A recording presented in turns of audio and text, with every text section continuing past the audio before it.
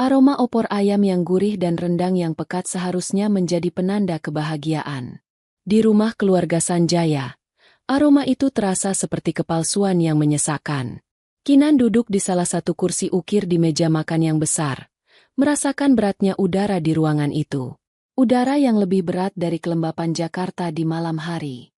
Gema takbir yang sahut-menyahut dari masjid di ujung jalan terdengar seperti musik latar untuk sebuah drama yang mencapai puncaknya. Sebuah drama yang pemeran utamanya adalah dirinya, meskipun ia tidak pernah mengikuti audisi untuk peran ini. Semua orang mengenakan pakaian seragam keluarga. Tahun ini temanya biru sage. Kaftan sutra untuk Bunda Linda dan Rara. Kemeja koko yang serasi untuk Ayah Tomo dan Gilang. Kinan juga mengenakannya. Kain itu terasa asing di kulitnya, seperti kostum yang dipinjamkan untuk sebuah pertunjukan yang tidak ia pahami. Ia merasa seperti orang luar yang diberi seragam agar terlihat serasi, agar ilusi keutuhan keluarga tetap terjaga di depan mata dunia. Ia tiba 1 jam yang lalu, disambut dengan senyum tipis dan pelukan canggung dari ibunya. Ayahnya hanya mengangguk dari sofa ruang tengah, matanya terpaku pada siaran berita di televisi. Rara dan Gilang menyapanya dengan satu anggukan kepala, seolah ia adalah tamu jauh, bukan adik kandung dan ipar. Hanya Mia, keponakannya yang berusia 6 tahun, yang berlari memeluk kakinya dengan tulus. "Tante Kinan, Mia kangen," rengeknya. Kinan mengelus rambut gadis kecil itu. Hatinya terasa seperti diremas. Hanya untuk Mia, hanya untuk tawa polosnya, ia rela menelan semua kepahitan ini. Tapi malam ini, ia tahu, kepahitan itu sudah tidak bisa lagi ia telan. Ia datang bukan untuk berdamai. Ia datang untuk mengakhiri. Makan malam berlangsung dalam keheningan yang tegang. Hanya suara denting sendok dan garpu yang beradu dengan piring porselen. Bunda Linda mencoba mencairkan suasana dengan bertanya tentang pekerjaan Kinan. Sebuah pertanyaan basa-basi yang jawabannya tidak pernah benar-benar ingin ia dengar. Kinan menjawab singkat, "Baik, Bun." Ia tidak menceritakan tentang proyek besar yang baru saja ia menangkan, atau tentang pujian yang ia terima dari atasannya. Ia tahu, pencapaiannya hanya akan menjadi bahan perbandingan, atau lebih buruk lagi, menjadi pengingat bagi mereka tentang apa yang bisa mereka minta darinya selanjutnya. Ia melihat ayahnya, Tomo, yang terus menunduk, mengaduk-aduk sambal goreng ati di piringnya seolah itu adalah pekerjaan paling rumit di dunia. Ayahnya adalah pria yang baik, tapi kebaikannya pasif. Ia tidak pernah memihak, yang dalam keluarga ini, sama saja dengan memihak pada yang terkuat, dan yang terkuat selalu Rara. Akhirnya, setelah piring-piring dibersihkan oleh asisten rumah tangga, saatnya tiba. Rara berdeham, menarik perhatian semua orang. Ia duduk tegak, dagunya terangkat. Matanya menatap Kinan dengan ekspresi yang sulit diartikan. Campuran antara kasihan yang dibuat-buat dan kepuasan yang tak tersembunyi. Ia selalu seperti itu, sang ratu drama, yang senang menjadi pusat perhatian, bahkan jika itu berarti harus menyakiti orang lain.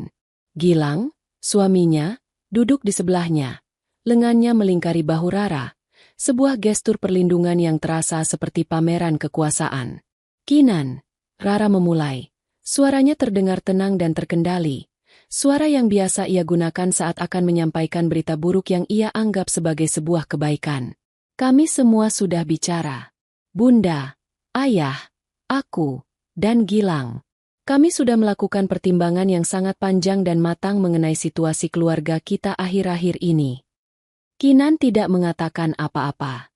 Ia hanya menatap kakaknya, menunggu kalimat yang sudah ia tahu akan datang. Ia sudah memutar ulang adegan ini di kepalanya ribuan kali selama 3 bulan terakhir.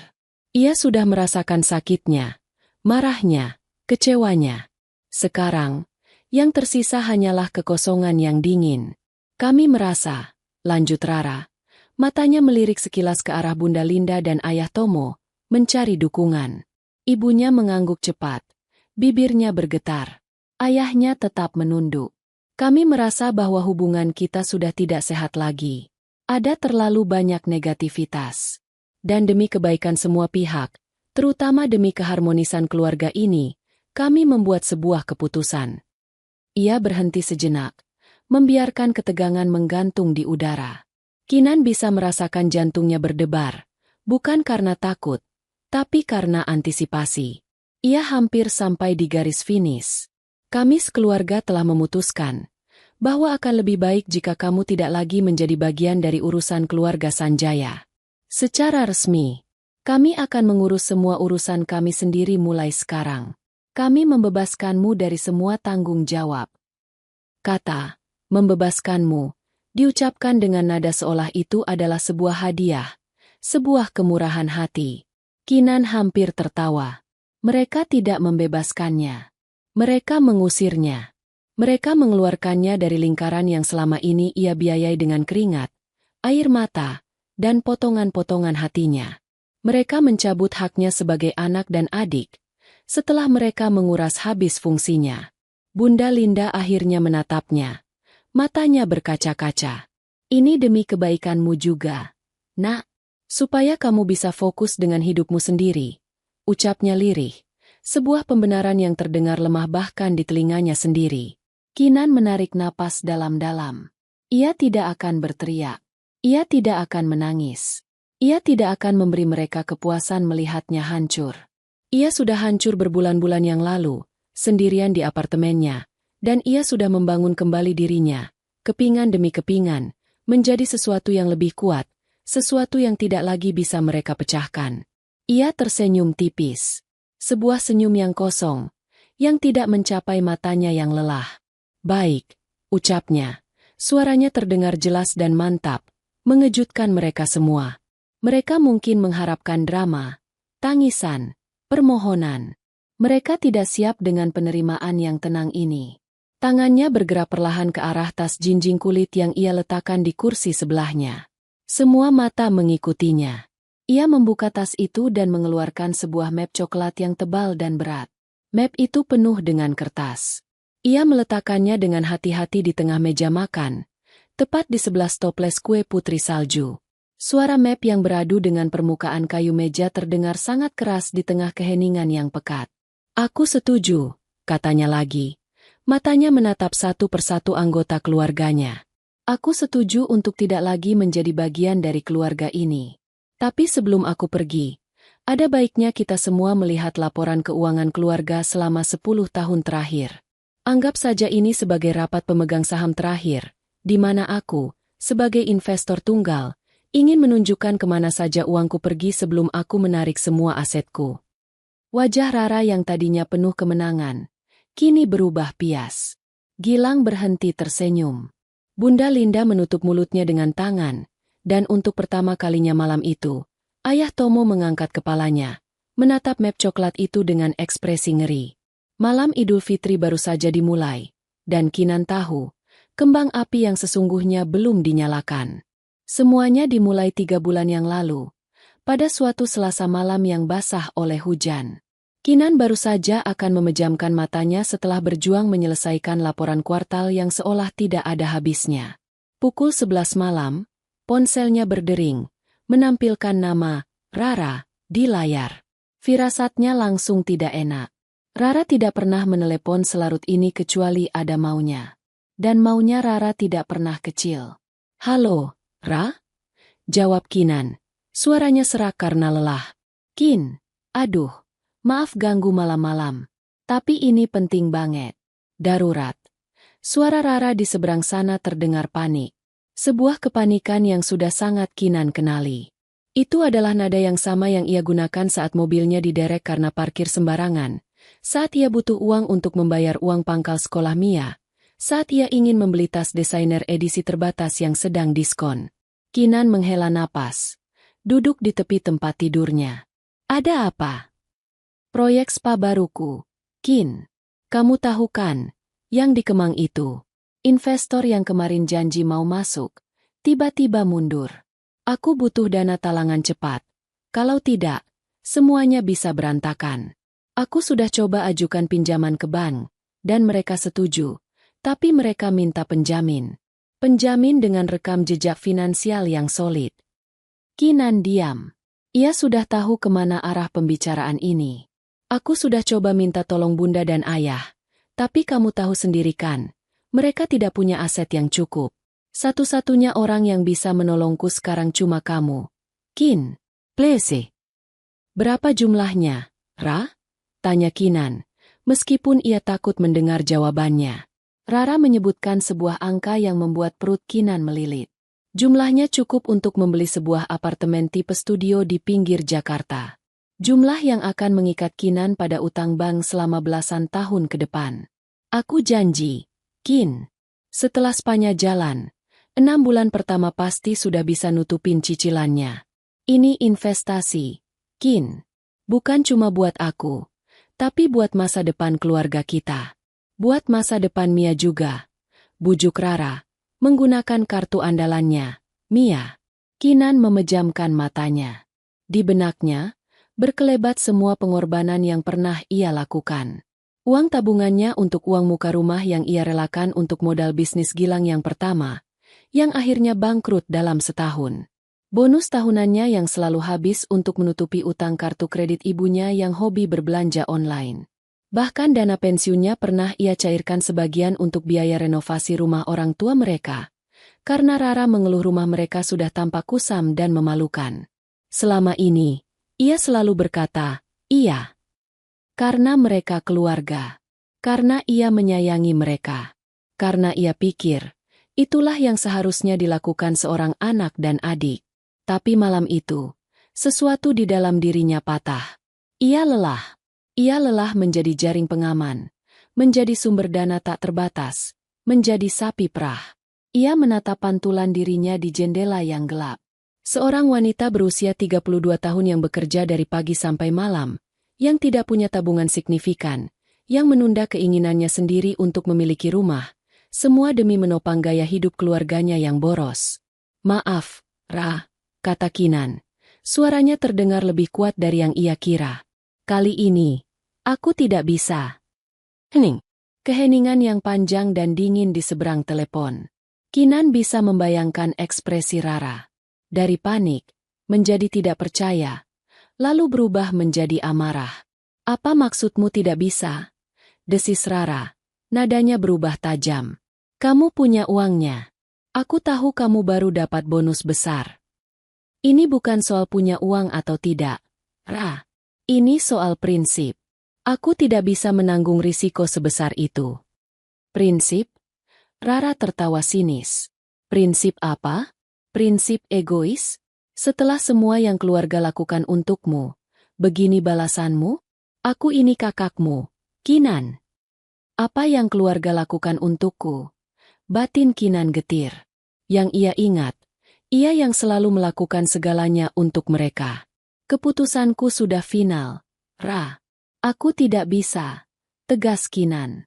Panggilan itu berakhir dengan Rara membanting telepon. Dan sejak malam itu, dunianya berubah. Esok paginya, ia menemukan namanya sudah tidak ada lagi di grup WhatsApp, Keluarga Ceria. Sebuah notifikasi singkat yang terasa seperti surat pengusiran digital.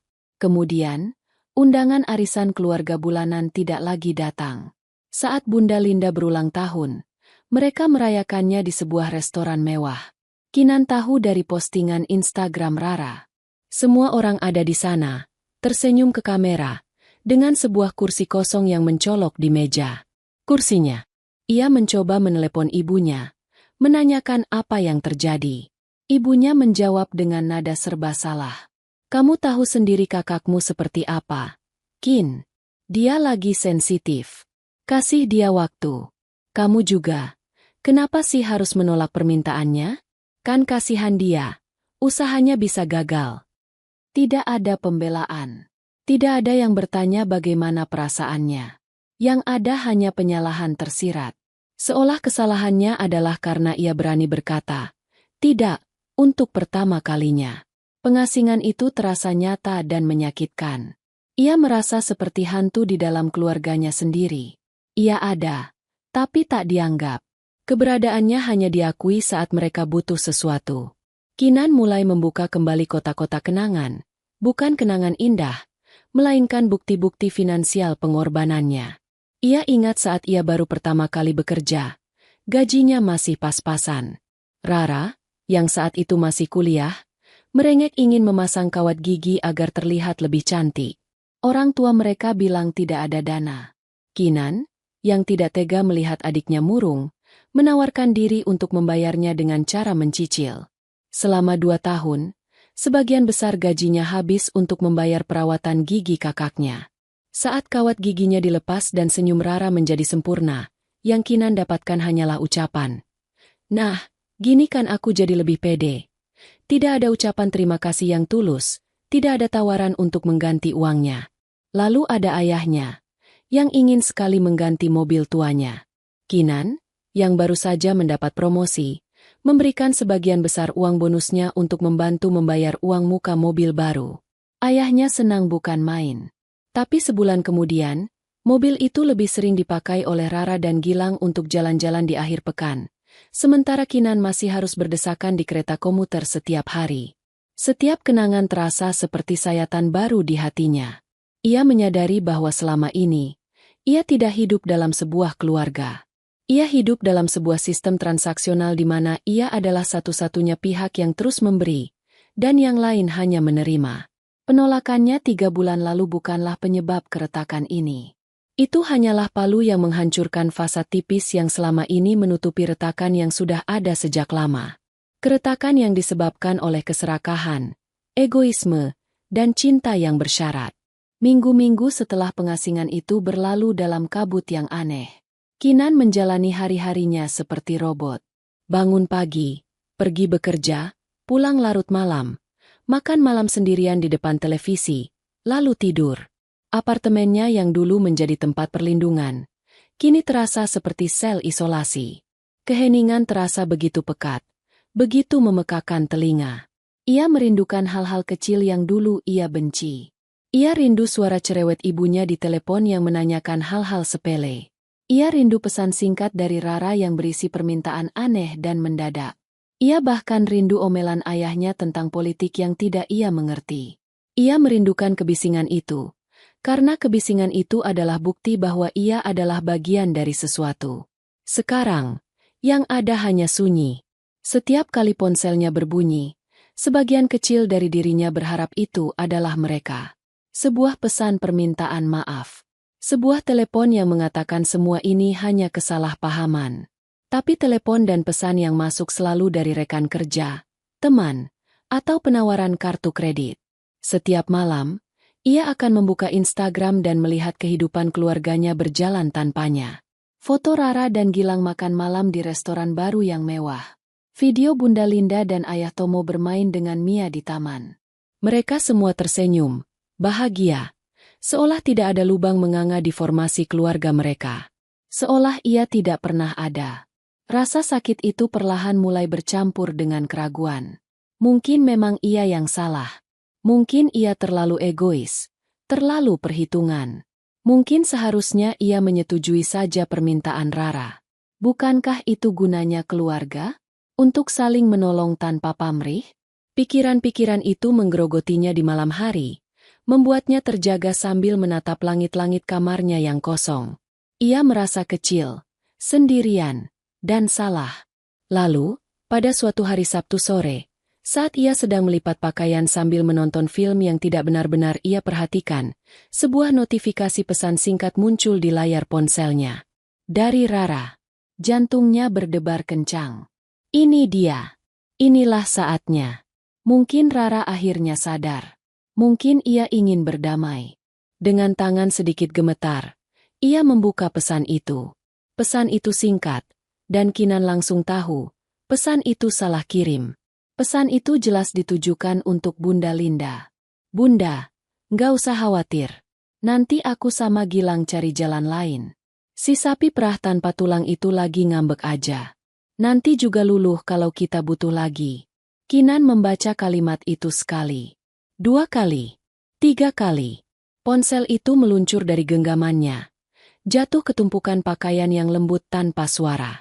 Tapi di dalam kepalanya, kalimat itu meledak seperti bom. Setiap kata menusuknya seperti belati berkarat. Si sapi perah tanpa tulang. Sapi perah.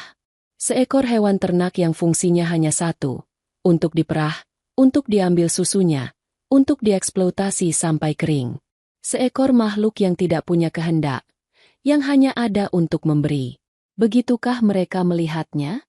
Bukan sebagai Kinan, bukan sebagai adik, bukan sebagai anak.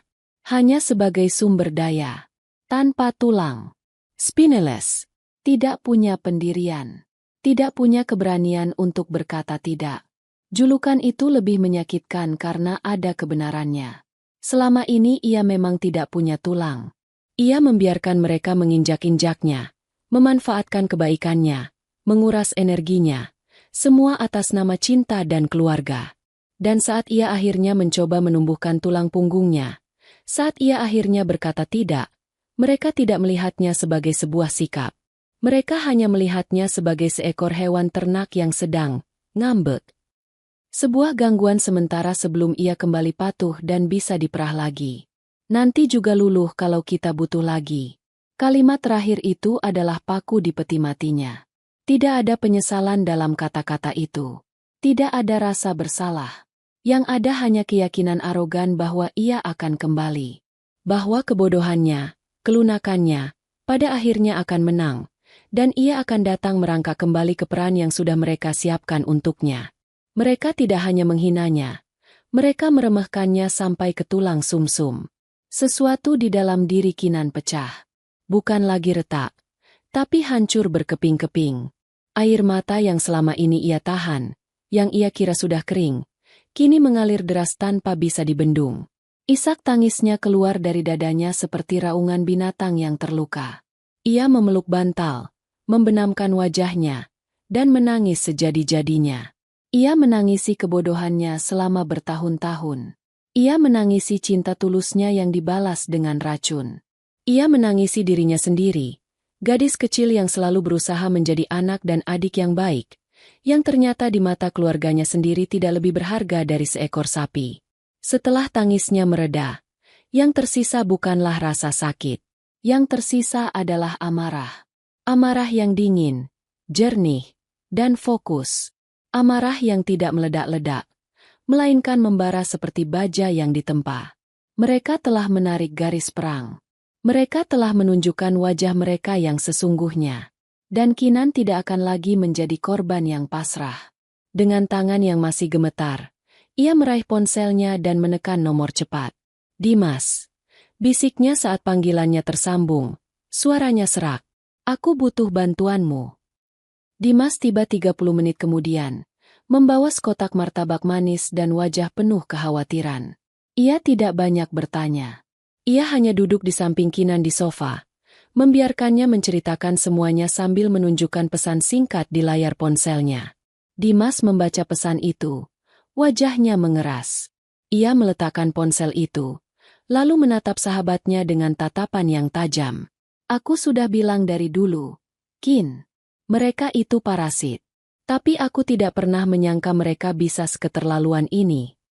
Aku bodoh, Dim. Aku bodoh sekali. Isak Kinan. Kamu tidak bodoh, sahut Dimas tegas. Kamu terlalu baik. Dan mereka mengeksploitasi kebaikanmu. Tapi ini sudah cukup. Ini harus berhenti sekarang.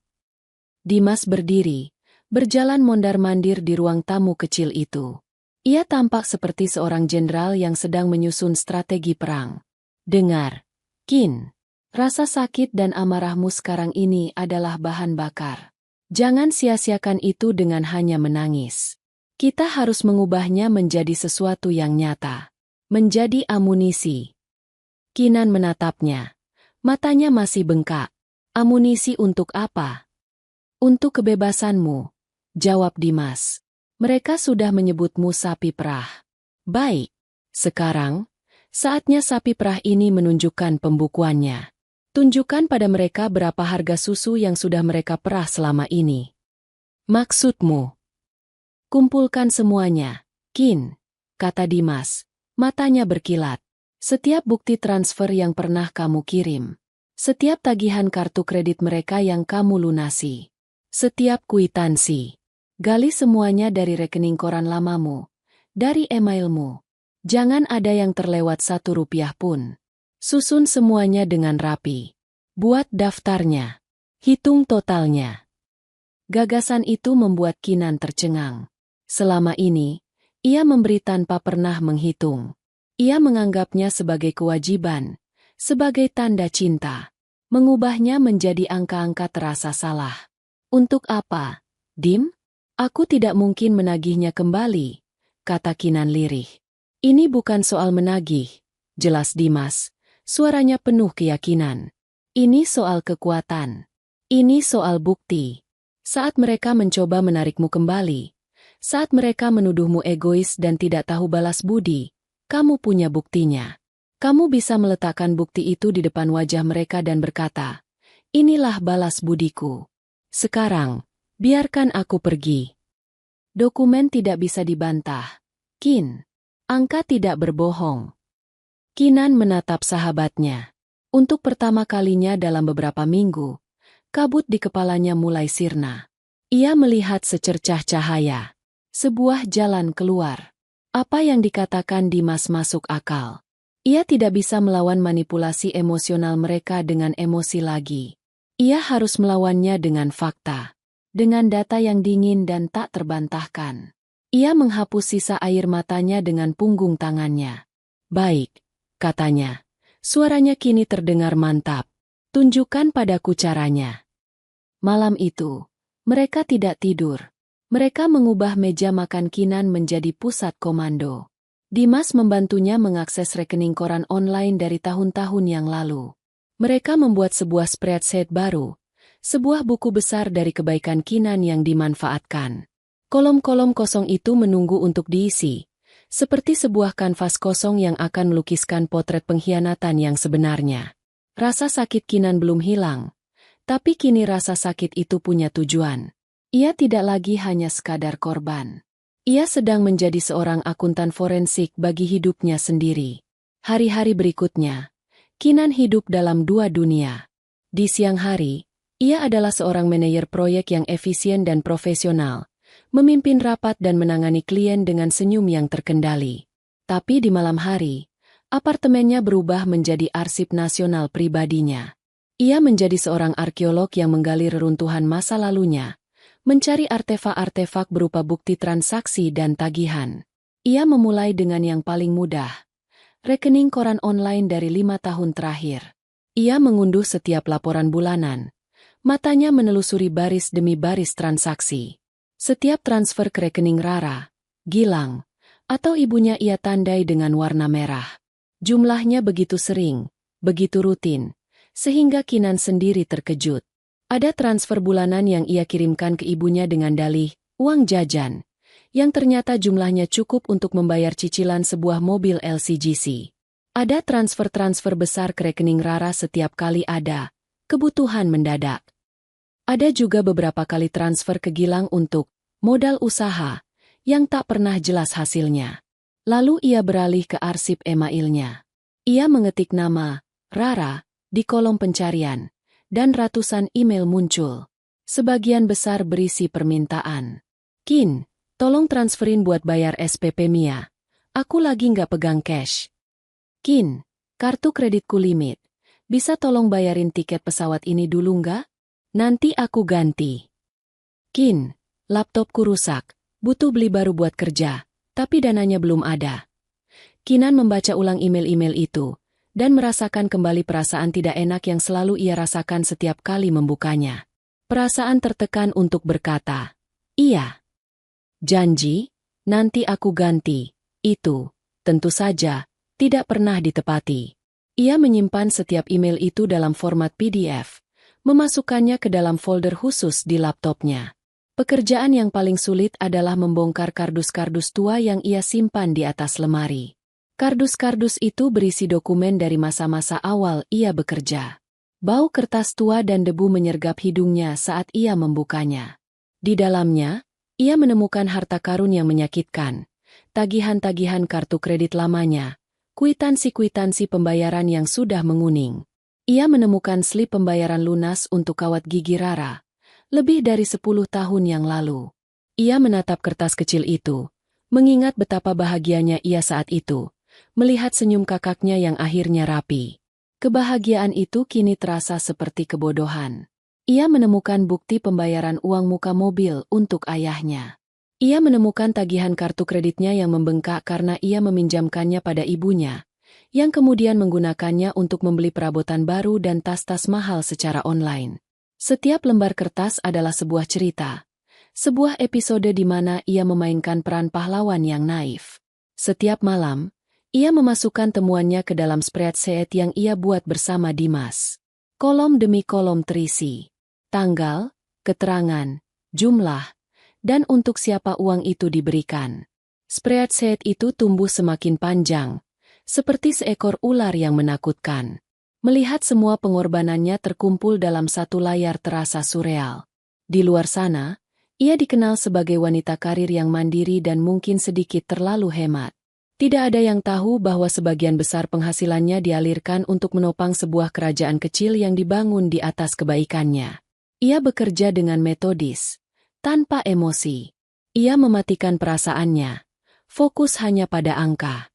Jika ia berhenti untuk meresapi setiap pengkhianatan di balik angka-angka itu, ia tahu ia akan hancur. Jadi ia terus bekerja, seperti mesin, mengumpulkan data, menyusun fakta. Terkadang, di tengah tumpukan kertas, ia menemukan sebuah foto lama. Sebuah foto lebaran 5 tahun lalu, di mana ia, Rara, dan ibunya tertawa sambil berpelukan. Di foto itu, mereka tampak seperti keluarga yang sempurna. Kinan akan menatap foto itu sejenak. Dadanya terasa sesak. Ia merindukan ilusi itu. Ilusi bahwa mereka adalah keluarga yang saling menyayangi. Tapi kemudian matanya akan kembali ke spreadsheet, ke angka-angka yang dingin dan keras, dan ia tahu bahwa ilusi itu sudah lama mati. Setelah 2 minggu bekerja tanpa lelah setiap malam dan akhir pekan, akhirnya selesai. Semua data sudah terkumpul.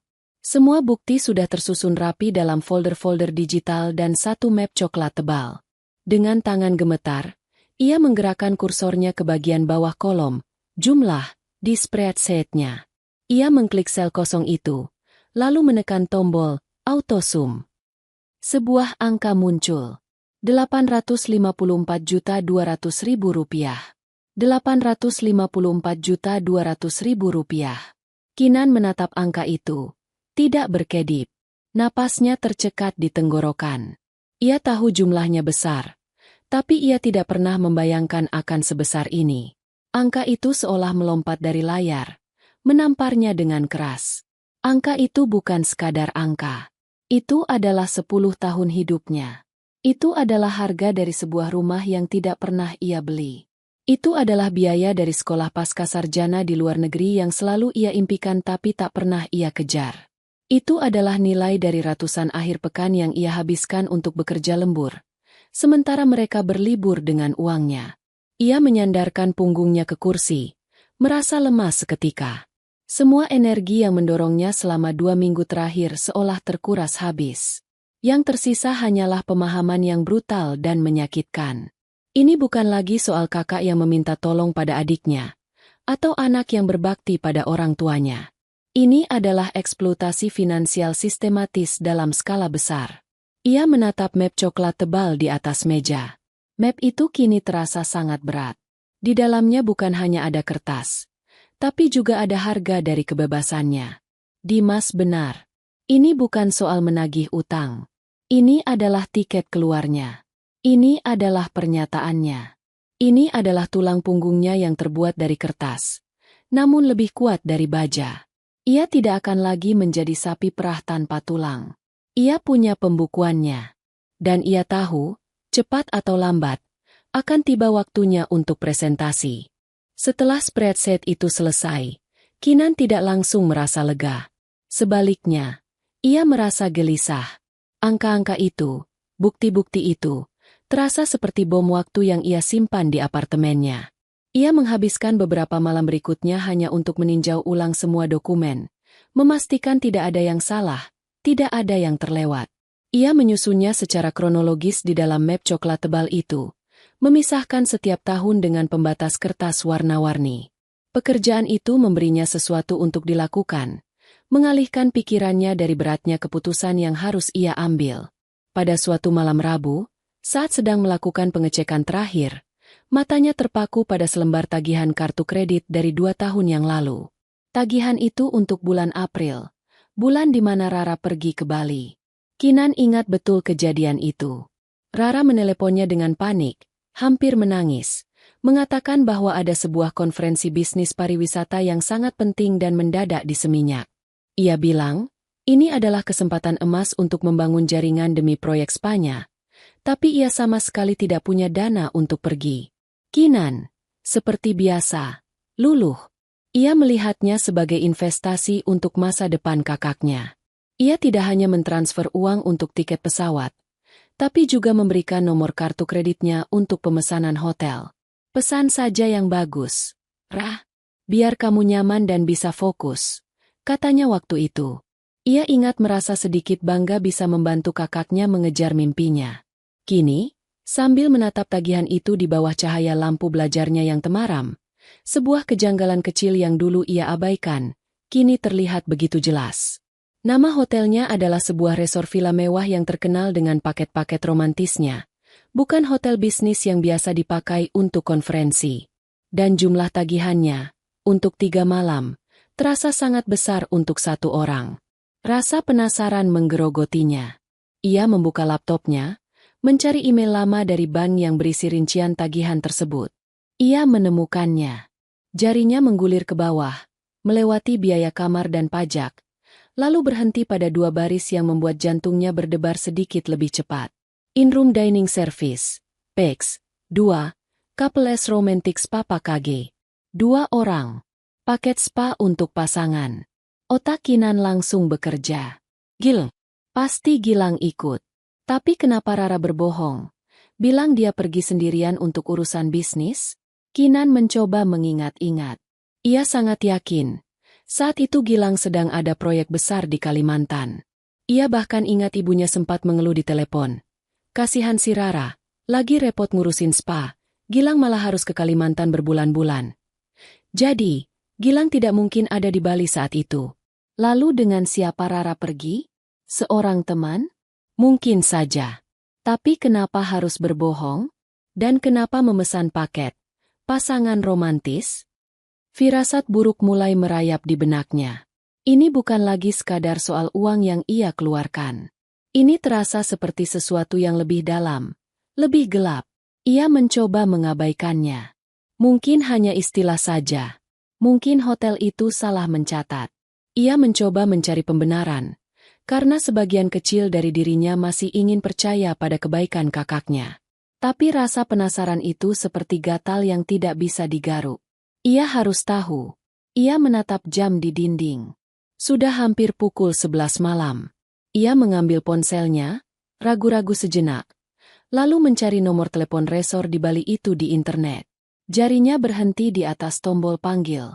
Apa yang akan ia katakan?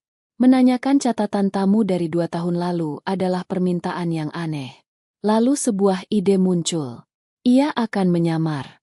Ia menarik napas dalam-dalam, menekan tombol panggil, dan mencoba membuat suaranya terdengar profesional dan efisien. Panggilan itu dijawab dengan sapaan ramah dari resepsionis hotel. Selamat malam, saya Kinan, asisten pribadi dari Ibu Rachel Sanjaya. Katanya, suaranya terdengar lebih meyakinkan dari yang ia duga. Maaf mengganggu selarut ini. Saya hanya ingin melakukan konfirmasi singkat. Ibu Rachel pernah menginap di tempat Anda sekitar 2 tahun yang lalu, di bulan April. Beliau merasa ada sebuah anting berlian miliknya yang tertinggal di kamar, dan baru teringat sekarang. Apakah mungkin untuk mengecek catatan, barang hilang dan ditemukan, dari periode tersebut? Ini adalah kebohongan yang rumit, tapi terdengar cukup masuk akal. Tentu, Bu. Bisa dibantu dengan tanggal persisnya? Tanya resepsionis itu dengan sabar. Kinan memberikan tanggal yang tertera di tagihan kartu kreditnya. Ia bisa mendengar suara ketikan keyboard di seberang sana. Baik. Reservasi atas nama Rachel Sanjaya. Check-in tanggal 14 April. Check-out tanggal 17 April. Betul, Bu. Betul sekali, jawab Kinan. Jantungnya berdebar kencang. Mohon maaf, Bu. Setelah saya periksa di catatan kami, Tidak ada laporan penemuan barang berharga di kamar tersebut pada periode itu. Oh, begitu ya, kata Kinan, mencoba terdengar kecewa. Sayang sekali. Untuk memastikan saja, beliau waktu itu menginap di kamar tipe apa ya? Supaya saya bisa memberikan informasi yang lebih detail pada Ibu Rachel. Beliau menginap di tipe Grand Lux Suite dengan kolam renang pribadi, Bu. Baik. Dan reservasi itu untuk satu orang saja. Kan ya, Mbak? Untuk keperluan bisnis. Pancing Kinan. Ini adalah pertanyaan intinya. Ada jeda sejenak saat resepsionis itu kembali memeriksa sistem. Sebentar saya cek detailnya. Oh, di sistem kami tercatat reservasi untuk 2 orang, Bu. Untuk kamar tipe itu memang biasanya untuk 2 orang. Tenggorokan Kinan terasa kering. Oh, begitu. Mungkin saya yang salah catat. Boleh saya tahu nama tamu kedua yang terdaftar? Hanya untuk kelengkapan data saya. Tentu. Reservasi ini atas nama Ibu Rachel Sanjaya dan Nona Jelita. Jelita. Nama itu terdengar asing. Nama yang indah. Hampir puitis. Nama yang sama sekali tidak Kinan kenali. Bukan nama teman Rara. Bukan nama sepupu. Bukan siapa-siapa. Jelita? Ulang Kinan, memastikan ia tidak salah dengar. Betul, Bu. Ika. Baik. Terima kasih banyak atas informasinya. Mbak, selamat malam, kata Kinan, berusaha menjaga suaranya tetap tenang. Ia menutup telepon dan meletakkannya di meja. Ruangan itu terasa sunyi senyap. Nama, Jelita, seolah bergema di kepalanya. Siapa Jelita? Kenapa Rara pergi berlibur dengannya menggunakan uang Kinan? Sambil berbohong bahwa itu adalah perjalanan bisnis? Kenapa mereka memesan paket spa untuk pasangan? Seketika, semua potongan puzzle yang aneh mulai menyatu dalam sebuah gambaran yang mengerikan. Kebohongan Rara. Kerahasiaannya. Gilang yang sering. Dinas luar kota. Pertanyaan itu kini bukan lagi sekadar soal uang. Ini adalah tentang pengkhianatan dalam level yang sama sekali berbeda. Keluarganya tidak hanya memanfaatkannya secara finansial. Mereka telah menyeretnya, tanpa ia sadari, ke dalam jaring kebohongan mereka yang rumit dan kotor. Uangnya, uang hasil kerja kerasnya, telah digunakan untuk mendanai rahasia kelam mereka. Ia menatap map coklat di mejanya. Map itu kini bukan lagi sekadar laporan keuangan. Map itu adalah kotak Pandora. Dan ia baru saja menemukan kunci untuk membukanya. Rasa lelah yang luar biasa menjalari tubuhnya. Ia tidak lagi merasa marah. Ia hanya merasa jijik. Penemuan nama, Jelita, mengubah segalanya. Tujuan Kinan kini bergeser. Ini bukan lagi hanya tentang membebaskan diri dari jerat finansial.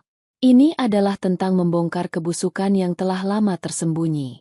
Ia merasa memiliki kewajiban, bukan pada keluarganya, tapi pada kebenaran itu sendiri. Keesokan harinya, ia membuat janji temu dengan seorang pengacara yang direkomendasikan oleh Dimas. Kantor pengacara itu terletak di sebuah gedung tinggi di pusat kota. Suasananya dingin, profesional, dan serba teratur. Sangat kontras dengan kekacauan emosional yang Kinan rasakan. Ia duduk di seberang seorang wanita parubaya yang cerdas dan simpatik bernama Bu Mira. Kinan menceritakan semuanya, dari awal hingga akhir, sambil menunjukkan map coklat tebal yang kini terasa seperti bagian dari dirinya.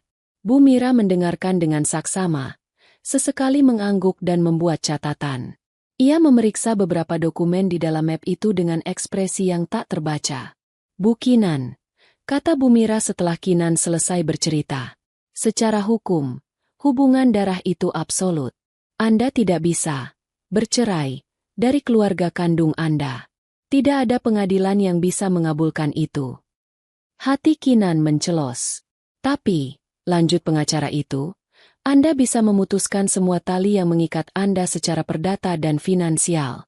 Anda bisa membuat surat pernyataan yang tegas, mencabut semua surat kuasa yang mungkin pernah Anda tanda tangani, mengganti nama Anda sebagai kontak darurat di semua institusi, dan yang terpenting, membangun batasan yang sangat kuat. Dokumen-dokumen yang Anda kumpulkan ini, katanya sambil menepuk map coklat itu, adalah senjata utama Anda. Bukan untuk menuntut mereka di pengadilan, karena akan sulit sekali membuktikan adanya paksaan. Tapi sebagai perisai. Sebagai bukti tak terbantahkan saat mereka mencoba memutarbalikkan narasi dan membuat Anda terlihat seperti anak durhaka. Perkataan Bu Mira memberinya kekuatan. Ia tidak sendirian dalam hal ini. Ada jalur hukum, ada cara-cara konkret untuk melindungi dirinya. Mereka menghabiskan 1 jam berikutnya membahas langkah-langkah praktis yang harus ia ambil. Kinan merasa bebannya sedikit terangkat. Ia punya rencana. Seminggu sebelum Hari Raya Idul Fitri, sebuah paket datang ke apartemennya. Paket itu ditinggalkan di pos satpam. Di dalamnya ada 3 meter kain sutra berwarna biru sage, dan secari kertas dari tulisan tangan ibunya. Jahit ya, nak. Seragam keluarga untuk Lebaran. Ini adalah sebuah tes. Sebuah undangan terselubung. Sebuah upaya untuk menariknya kembali ke dalam lingkaran. Seolah tidak ada apa-apa yang terjadi. Kinan menatap kain lembut itu. Kinan yang lama akan segera membawanya ke penjahit langganannya. Merasa terharu karena masih dianggap. Tapi Kinan yang sekarang melihatnya sebagai apa adanya. Sebuah manipulasi. Namun, ia tidak membuang kain itu. Sebaliknya, ia membawanya ke penjahit dan meminta dibuatkan sebuah gamis sederhana. Ia akan datang ke perayaan Idul Fitri itu. Ia akan mengenakan seragam mereka. Ia akan memainkan permainan mereka. Untuk terakhir kalinya. Tapi dengan aturannya sendiri. Malam takbiran tiba. Kinan mengemudikan mobilnya perlahan. Menyusuri jalanan Jakarta yang lebih lengang dari biasanya. Gema takbir dari pengeras suara masjid terdengar di mana-mana. Menciptakan suasana yang seharusnya damai dan syahdu. Tapi di dalam hatinya, ada badai. Ia memarkir mobilnya beberapa rumah dari kediaman orang tuanya. Ia belum siap untuk masuk. Dari kejauhan, ia bisa melihat rumah itu terang benderang. Tawa dan bayangan orang-orang terlihat dari jendela besarnya. Mereka sudah berkumpul. Mereka sedang merayakan. Tanpa dirinya.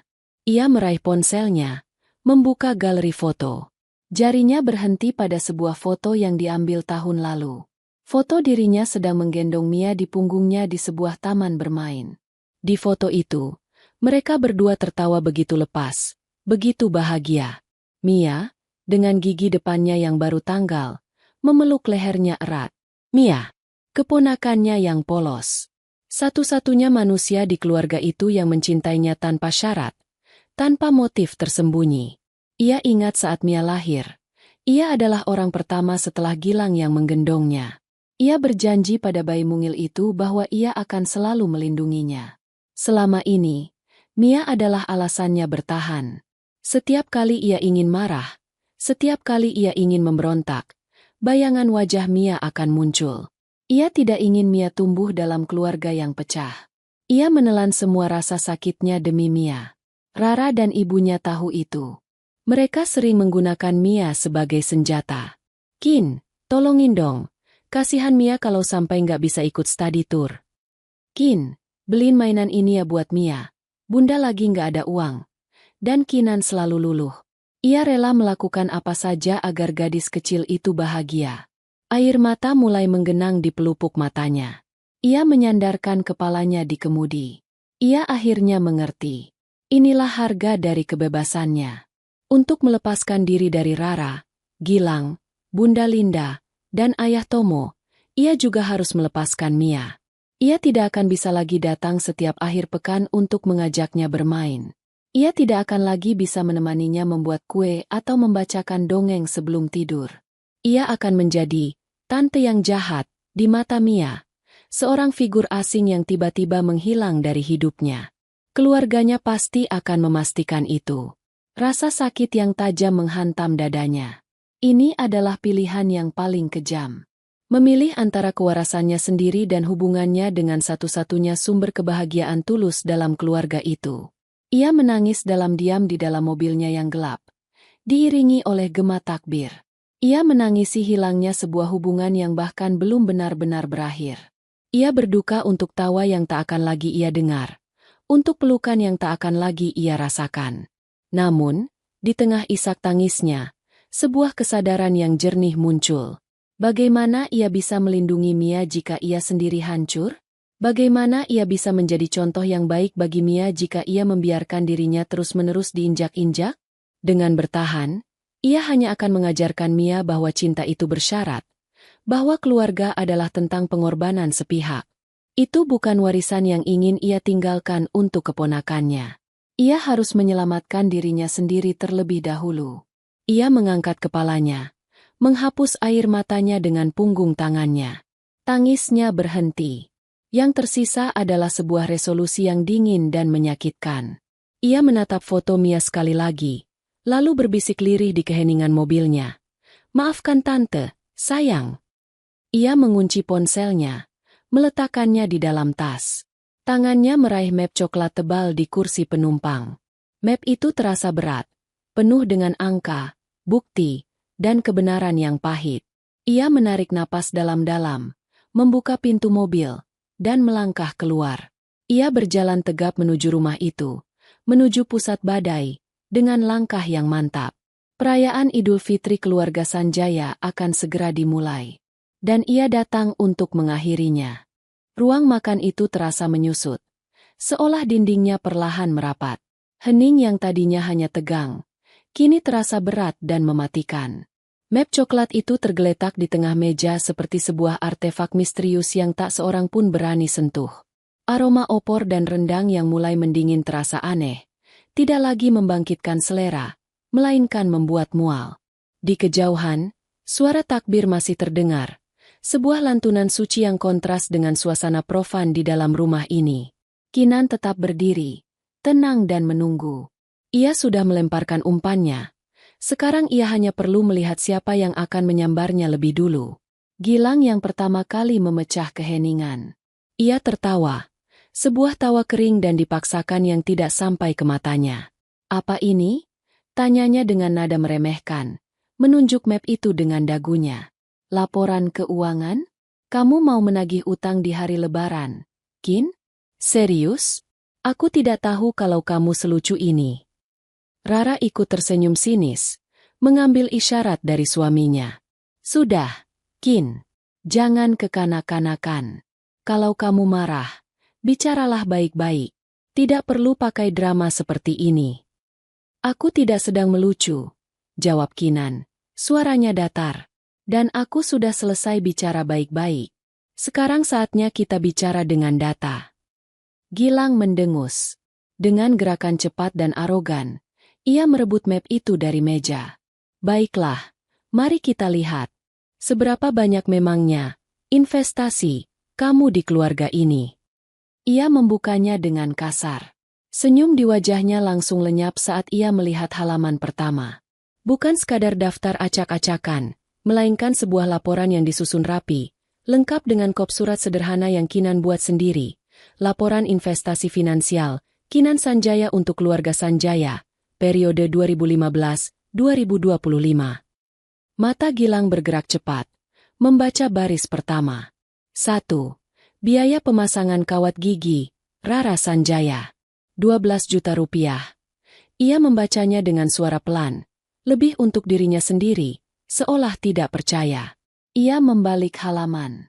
Matanya semakin melebar. 2. Pelunasan kartu kredit, Linda Sanjaya. 28.500.000 rupiah. "Gilang, apa-apaan itu?" tanya Rara, mencoba merebut map itu dari tangan suaminya. "Tunggu," desis Gilang, menahan tangan Rara tanpa mengalihkan pandangannya dari kertas-kertas itu. Ia terus membalik halaman demi halaman. Wajahnya yang tadinya angkuh, kini berubah menjadi pucat pasi. Setiap halaman adalah tamparan baru. Uang muka mobil ayah Tomo. Biaya SPP tahunan Mia yang tak pernah diganti. Tiket liburan keluarga ke Singapura 3 tahun lalu. Bahkan ada catatan kecil untuk dana darurat. Saat Gilang di PHK dari pekerjaan lamanya. Sebuah fakta yang mereka sembunyikan dari keluarga besar. Bunda Linda mulai gelisah di kursinya. "Gilang, ada apa sebenarnya?" "Kinan, apa maksud semua ini?" Gilang tidak menjawab. Ia sampai pada sebuah halaman yang merinci sebuah transaksi besar. Ia membacanya dengan suara yang lebih keras, penuh rasa tak percaya. Investasi modal awal, Gilang Creative Hub. 120 juta rupiah. Semua mata kini tertuju padanya. Lalu beralih ke Kinan. Kinan hanya menatap mereka dengan tenang. Akhirnya, Gilang sampai di halaman terakhir. Halaman rekapitulasi. Di sana, di bagian paling bawah, tertera sebuah angka yang dicetak tebal. Ia menatap angka itu begitu lama. Sampai-sampai Kinan berpikir Gilang mungkin berhenti bernapas. Keheningan yang pekat kembali menyelimuti ruangan. Rara, yang sudah tidak sabar, akhirnya berhasil merebut map itu dari tangan Gilang yang terkulai lemas. Ia melihat angka final itu, dan mulutnya ternganga. Ini tidak mungkin, bisiknya. Apa yang tidak mungkin? Tanya Bunda Linda, suaranya bergetar. Rara tidak mampu menjawab. Gilang yang akhirnya bersuara. Matanya menatap kosong ke taplak meja. 854.200.000 rupiah. Angka itu terdengar begitu absurd, begitu besar, sehingga butuh beberapa detik bagi Bunda Linda dan Ayah Tomo untuk memprosesnya. Ayah Tomo akhirnya mengangkat kepalanya. Wajahnya penuh kebingungan dan keterkejutan. Bunda Linda menutup mulutnya dengan kedua tangannya. Matanya membelalak ngeri. Ini semua bohong. Pekik Rara akhirnya. Suaranya melengking. Fitnah. Kamu pasti mengada-ada. Kamu mengarang angka-angka ini untuk membuat kami terlihat jahat. Ini adalah saat yang ditunggu-tunggu oleh Kinan. Bohong. Katamu, Ra. Dengan gerakan yang lambat dan terukur, ia mengeluarkan ponselnya dari saku gamisnya. Ia membuka sebuah tangkapan layar. Ia tidak perlu memperbesarnya. Ia berjalan mendekati meja, melewati kursi Gilang, dan berhenti di samping ibunya. Ia menyodorkan layar ponsel itu ke depan wajah Bunda Linda. Kalau begitu, tolong jelaskan pesan ini, Bun. Katanya, suaranya tetap tenang, namun mengandung ketajaman yang menusuk. Ini pesan dari Rara, yang salah kirim ke aku sebulan yang lalu. Tolong bacakan julukan yang dia berikan untuk anakmu sendiri. Bunda Linda menatap layar itu. Matanya menyipit, lalu membelalak. Ia melihat kata-kata itu dengan jelas. Si sapi perah tanpa tulang. Wajahnya memucat. Ia mundur sedikit. Seolah layar ponsel itu adalah sesuatu yang menjijikkan. Ia tidak sanggup menatap mata Kinan. Aku. Bunda Linda tergagap. Tidak mampu merangkai kata. Kinan menarik kembali ponselnya. Ia tidak perlu menunggu jawaban. Ekspresi ibunya sudah menjadi jawaban yang lebih dari cukup. Ia kemudian beralih ke Gilang dan Rara, yang kini menatapnya dengan campuran antara amarah dan ketakutan. Sebelum kalian menuduhku mengarang angka yang lain, lanjut Kinan, aku juga ingin menanyakan sesuatu yang lain. Ini soal perjalanan, bisnis. Rara ke Bali 2 tahun yang lalu. Perjalanan yang aku biayai penuh karena katanya ini kesempatan emas untuk karirnya. Ia mengeluarkan selembar kertas dari tasnya. Salinan tagihan kartu kredit yang terperinci. Ia tidak memberikannya pada Rara. Ia meletakkannya dengan perlahan di depan Gilang. Aku tidak sengaja melihat rinciannya lagi, jelas Kinan. Matanya terpaku pada Gilang. Dan ada yang aneh. Ada tagihan untuk paket spa pasangan romantis. Aku bingung. Bukankah waktu itu kamu sedang ada proyek di Kalimantan, Gilang? Wajah Gilang mengeras. Ia melirik Rara. Sebuah pertanyaan tak terucap terpancar di matanya. Rara mulai panik. Itu cuma nama paketnya. Aku sendirian. Tentu saja aku sendirian. Kinan tersenyum tipis. Senyum yang sama sekali tidak menunjukkan kebahagiaan. Aku juga berpikir begitu. Jadi, untuk memastikan, aku menelepon pihak hotel. Hanya untuk bertanya. Ia berhenti sejenak, membiarkan ketegangan di ruangan itu mencapai puncaknya. Semua orang menahan napas. Mereka bilang, reservasi itu memang untuk 2 orang, kata Kinan. Matanya masih menatap lurus ke arah Gilang. Mereka bahkan masih punya catatannya. Rachel Sanjaya dan seorang wanita lain. Kinan mengambil jeda terakhir, mengumpulkan semua kekuatannya untuk melontarkan peluru terakhirnya. Ia tidak lagi menatap Gilang. Ia menatap Rara, lalu kembali ke Gilang. Aku cuma mau tanya, supaya semuanya jelas malam ini. Dan aku mau kamu yang jawab, Gilang. Suaranya turun menjadi bisikan yang dingin dan mematikan, yang terdengar lebih keras dari teriakan manapun. Siapa Jelita? Nama itu jatuh ke tengah keheningan ruang makan seperti sebutir batu yang dilempar ke permukaan danau yang tenang, menciptakan riak-riak yang langsung berubah menjadi gelombang kehancuran. Jelita. Sebuah nama yang asing bagi semua orang di ruangan itu, kecuali, tampaknya, bagi Rara. Wajah Gilang yang tadinya pucat karena angka-angka di laporan Kinan, kini berubah merah padam. Ia menoleh ke arah Rara, matanya yang biasanya penuh senyum arogan, kini menyala dengan api amarah dan pengkhianatan yang murni. Ia tidak lagi melihat Kinan. Musuhnya kini telah berpindah. Siapa Jelita? Rachel?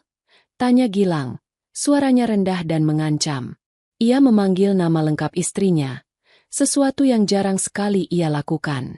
Rara menggelengkan kepalanya dengan panik. Wajahnya basah oleh keringat dingin. Riasan mahalnya mulai luntur. Aku tidak tahu. Aku tidak kenal nama itu. Dia bohong. Gilang.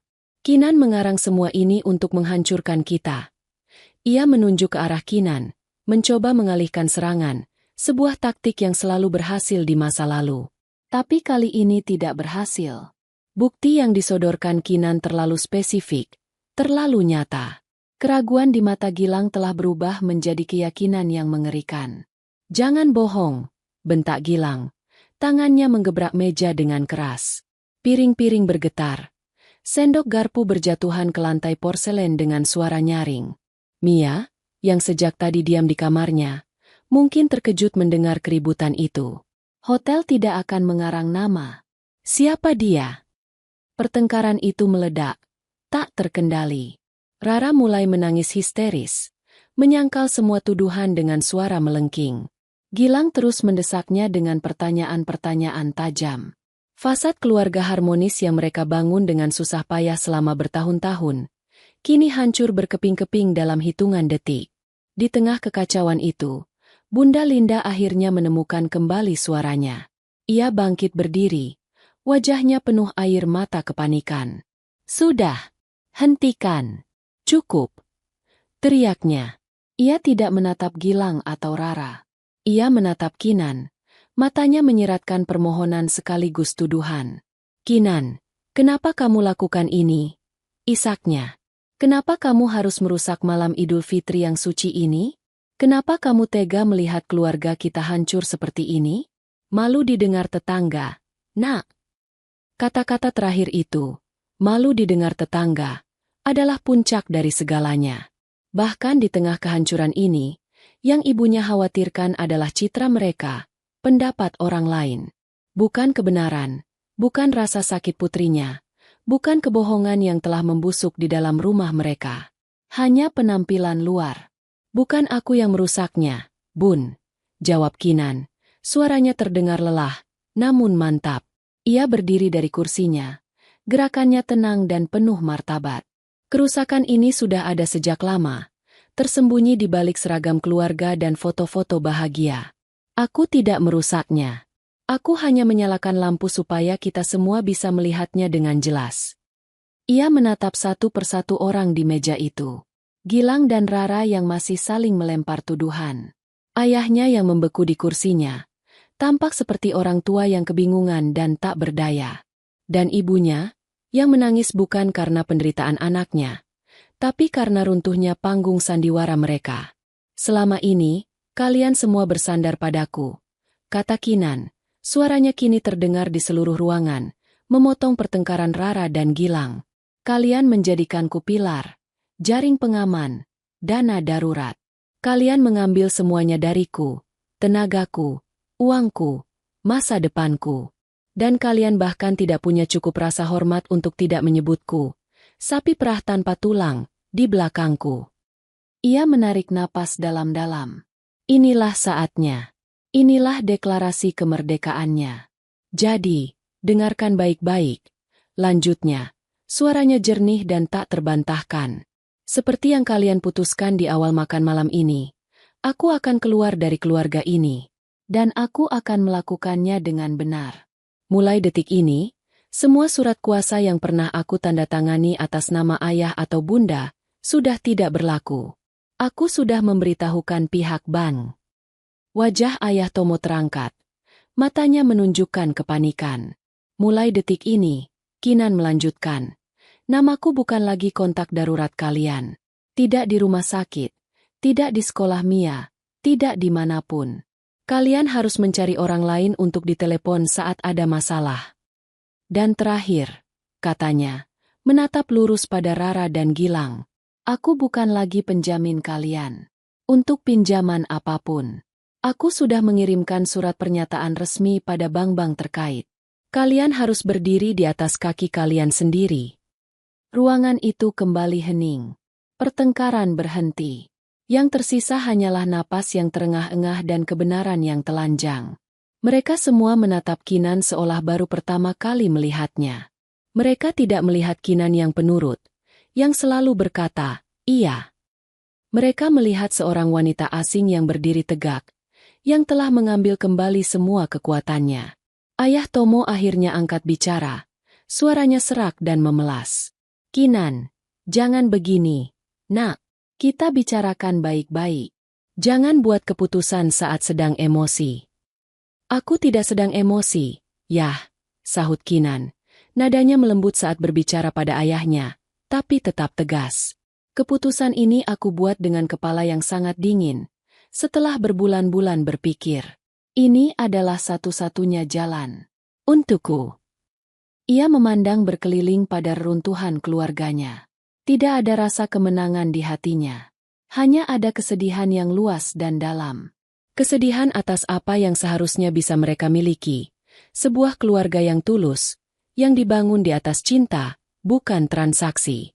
Ia telah menyalakan lampu, dan pemandangan di bawahnya ternyata jauh lebih buruk dari yang ia bayangkan. Retaknya sudah terlalu parah. Tidak mungkin lagi bisa direkatkan. Setelah deklarasi kemerdekaan Kinan, keheningan yang pecah tidak lagi kembali utuh. Yang tersisa adalah puing-puingnya. Sebuah keheningan yang canggung, penuh dengan kata-kata yang tak terucap dan kebenaran yang terlalu menyakitkan untuk diakui. Gilang tidak lagi menatap Rara dengan amarah, melainkan dengan tatapan dingin dan penuh perhitungan, seolah sedang mengkalkulasi ulang seluruh pernikahannya. Rara terisak tanpa suara, air matanya mengalir deras. Bukan lagi tangisan histeris seorang ratu drama, melainkan tangisan sunyi seorang pecundang yang semua kartunya telah terbuka. Ayah Tomo menunduk begitu dalam, seolah berharap lantai porselen itu bisa menelannya. Dan Bunda Linda menatap Kinan dengan ekspresi yang rumit, campuran antara keterkejutan, ketakutan, dan secercah kebencian. Kebencian yang seringkali muncul pada orang yang berani menunjukkan cermin pada kita. Kinan tidak menunggu mereka mengatakan apa-apa lagi. Ia sudah mengatakan semua yang perlu ia katakan. Ia berbalik, mengambil tasnya dari kursi. Gerakannya terasa lambat, seolah ia bergerak di dalam air. Setiap langkah menjauh dari meja makan itu terasa seperti memutuskan seutas tali yang tak terlihat. Kinan, tunggu. Suara ayahnya yang serak menghentikan langkahnya. Ia berhenti, tapi tidak menoleh. Ia tidak sanggup melihat wajah ayahnya. Pikirkan lagi, nak, kata ayahnya lirih. Ini rumahmu. Jangan pergi seperti ini. Rumah. Kata itu terdengar asing. Sebuah rumah seharusnya menjadi tempat yang aman, tempat untuk pulang dan melepaskan lelah. Bagi Kinan, rumah ini adalah medan perang yang tak pernah berakhir. Sebuah panggung di mana ia selalu diberi peran sebagai penopang yang tak terlihat. Rumah ini sudah lama tidak terasa seperti rumah. Yah, jawabnya pelan. Suaranya ditujukan ke arah pintu, bukan ke arah mereka. Rumah ini adalah tempat kerja keduaku. Tempat di mana aku harus selalu siap sedia, selalu memberi. Aku lelah. Yah, aku hanya ingin pulang. Dan, pulang, baginya, kini berarti apartemen kecilnya yang sunyi. Jadi kamu tega meninggalkan ibumu? Ayahmu? Kini suara Bunda Linda yang terdengar. Nadanya kembali pada manipulasi andalannya. Rasa bersalah. Setelah semua yang kami... Bunda Linda tidak melanjutkan kalimatnya. Ia mungkin sadar. Di atas meja makan itu tergeletak bukti setebal kamus tentang apa yang sebenarnya telah terjadi di antara mereka.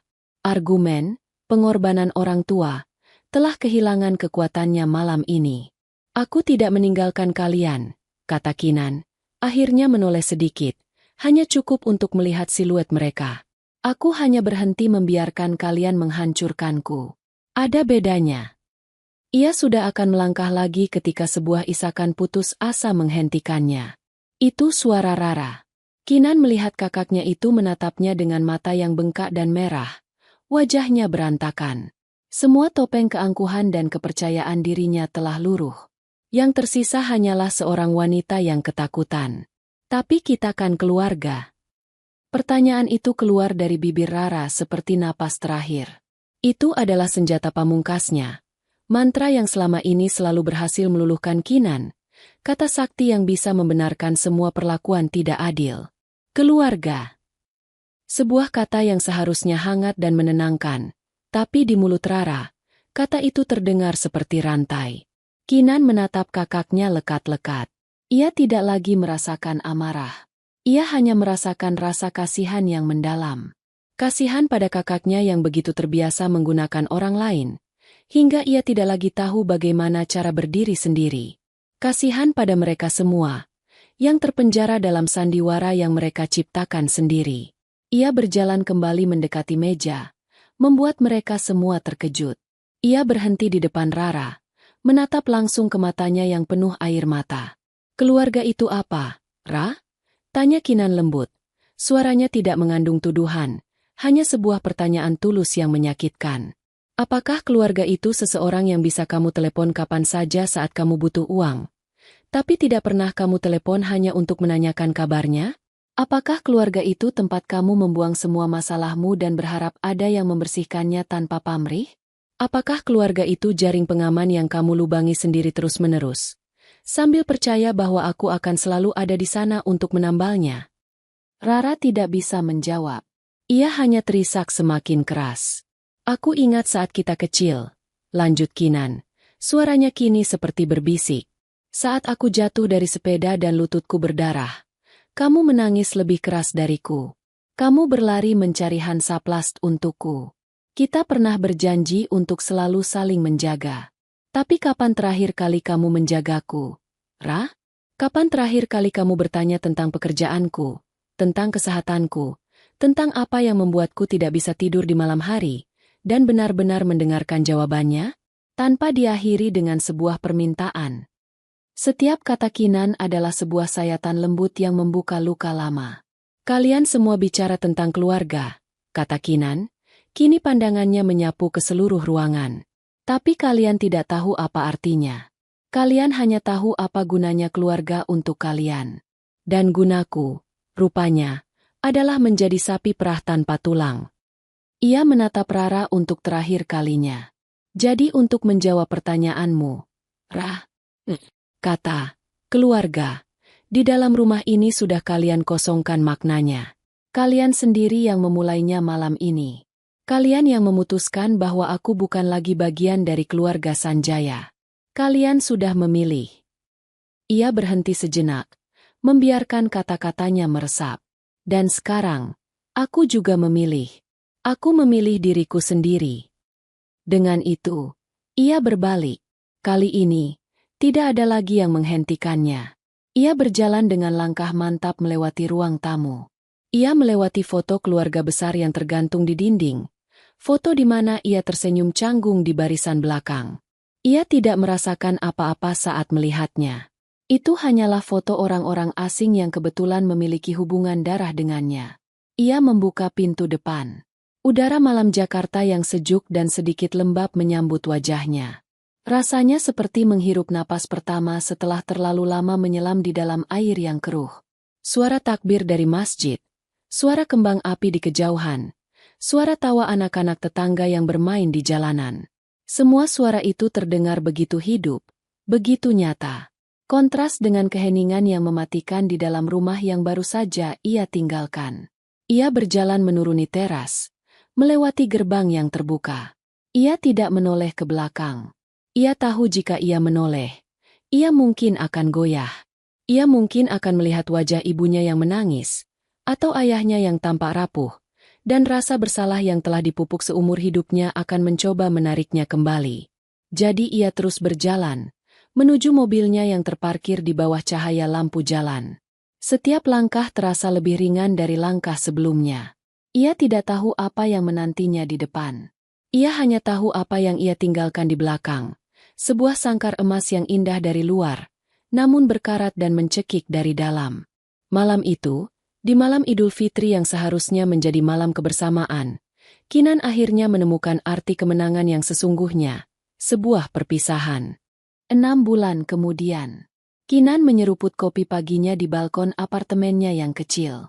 Dari lantai 12, ia bisa melihat hamparan taman kota yang hijau dan jalanan yang mulai ramai. Ini adalah kota baru, pekerjaan baru, kehidupan baru.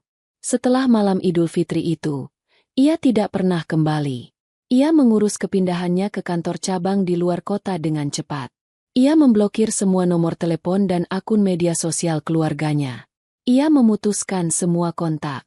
Sebuah amputasi yang menyakitkan, namun perlu untuk menyelamatkan seluruh tubuhnya. Bulan pertama adalah yang terberat. Kesunyian di apartemen barunya terasa begitu menusuk. Ia seringkali meraih ponselnya secara refleks, ingin menceritakan hari yang berat pada ibunya, atau ingin mengirimkan meme lucu pada Rara. Lalu ia akan sadar, dan rasa hampa itu akan kembali menyergapnya. Ia menangis beberapa kali.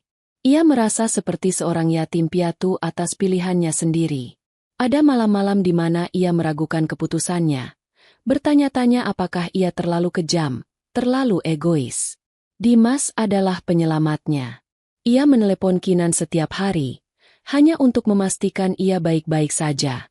Ini adalah proses detoksifikasi, Kin, katanya suatu malam. Tubuhmu terbiasa dengan racun itu selama bertahun-tahun. Saat kamu berhenti mengonsumsinya, tentu saja akan ada gejala putus zat. Bertahanlah. Ini akan berlalu. Dan Dimas benar. Perlahan, tapi pasti, semuanya berlalu. Memasuki bulan ketiga, Kinan mulai menemukan ritme barunya. Ia mulai menikmati hal-hal kecil yang dulu tak pernah sempat ia rasakan. Ia menikmati berjalan kaki di pagi hari sebelum bekerja. Ia menikmati memasak makan malam untuk dirinya sendiri, mencoba resep-resep baru tanpa harus memikirkan selera orang lain. Ia membeli sebuah rak buku besar dan mengisinya dengan novel-novel yang sudah lama ingin ia baca. Apartemennya yang kecil mulai terasa seperti sebuah surga, sebuah benteng yang aman di mana ia adalah satu-satunya penguasa. Ia mulai berteman dengan rekan-rekan kerjanya. Mereka adalah orang-orang dewasa yang normal, dengan hubungan yang sehat. Mereka pergi makan siang bersama, membicarakan pekerjaan, film, dan rencana akhir pekan. Tidak ada drama, tidak ada permintaan terselubung. Ini adalah interaksi manusia yang sederhana dan tulus, sesuatu yang terasa begitu baru bagi Kinan. Ia menyadari bahwa selama ini, ia tidak pernah benar-benar punya teman di luar keluarganya, karena seluruh energi sosialnya sudah habis terkuras di rumah. Tentu saja, ada bekas luka yang tersisa. Luka itu bernama Mia. Terkadang, saat melihat seorang anak perempuan digandeng ayahnya di taman, atau mendengar tawa riang dari taman bermain di seberang apartemennya, dadanya akan terasa sesak. Ia merindukan keponakannya itu dengan rasa sakit yang tumpul dan konstan. Ia menyimpan satu foto Mia di dalam laci mejanya. Tidak ia pajang, tapi ia tahu foto itu ada di sana. Ia menerima rasa rindu itu sebagai bagian dari harga yang harus ia bayar.